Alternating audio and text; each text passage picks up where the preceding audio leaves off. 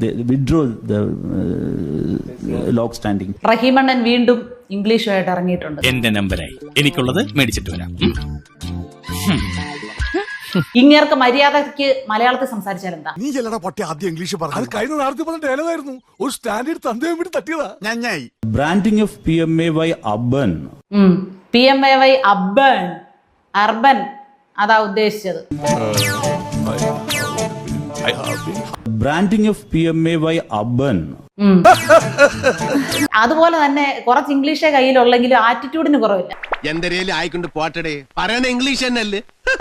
So it's so ഞാൻ ഈ ലണ്ടനിൽ പഠിച്ചതുകൊണ്ട് ഇമാതിരി കച്ചട ഇംഗ്ലീഷ് ഒന്നും എനിക്ക് വഴങ്ങില്ല. സോയും ഗ്യാനിയും ഒക്കെ ഉള്ളത് കൊണ്ട് ജീവിച്ചു പോകുന്നു.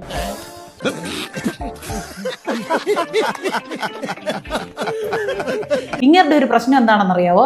കയ്യിലുള്ള വാക്കുകൾ എല്ലായിടത്തും അങ്ങ് ചെലവാക്കിയേക്കും. ഇതാണ് ഈ അഹങ്കാരം കൊണ്ടാണ് മലയാളികൾ നന്നാവാത്തത്.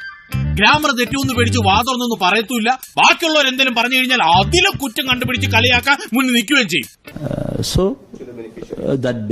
that particular beneficiary, it will be affect dignity of certain person. ഈ ആവശ്യമില്ലാത്തടത്തൊക്കെ ബി ഒക്കെ ചേർക്കേണ്ട വല്ല കാര്യമുണ്ടോ? ഇറ്റ് വിൽ ബി അഫക്റ്റ് എന്നൊക്കെ പറഞ്ഞാൽ പോരെ? അതൊന്നും എനിക്കറിയാൻ മേല. ഇങ്ങനെ എന്തെങ്കിലുമൊക്കെ പറയുമ്പോഴേ എന്റെ മനസ്സിനൊരു സന്തോഷം ഉണ്ടാവുള്ളൂ. ഞാൻ എന്റെ സന്തോഷം നോക്കിയാ പോരെ.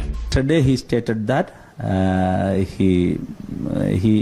they withdrew the withdrawed. ഇങ്ങോട്ട് പോരട്ടെ, കിട്ടും.